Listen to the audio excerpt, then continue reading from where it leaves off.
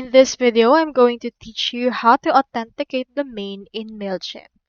So in order to authenticate your domain, first thing you need to do is to head over right here to their website, which is Mailchimp.com. In here, you have two options. You can either sign up or log in. So if you already have an account like I did, click onto this login option that we can see right here. If you do not have an account yet and you're eager to create one, click onto this sign up option that we can see into this part. I already have an account, so let me click onto this.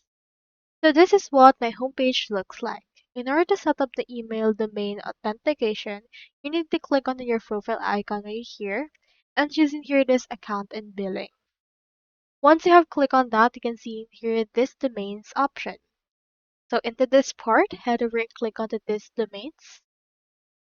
And in here you can see that this should be able to reflect all of the domains that you have if you have any. So in my case, I'll head over and add one.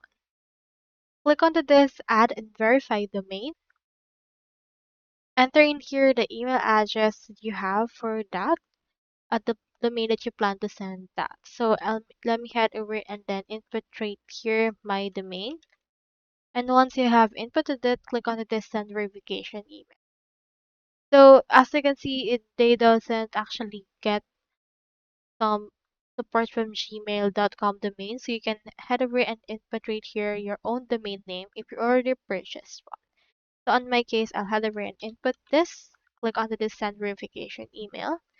And then this should be able to send you an email. So just head over to the new tab and go to your Gmail in order to retrieve it.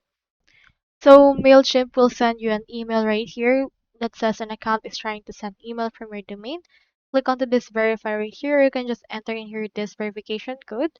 Then paste it right here and click on verify in order to authenticate this particular domain on your Mailchimp.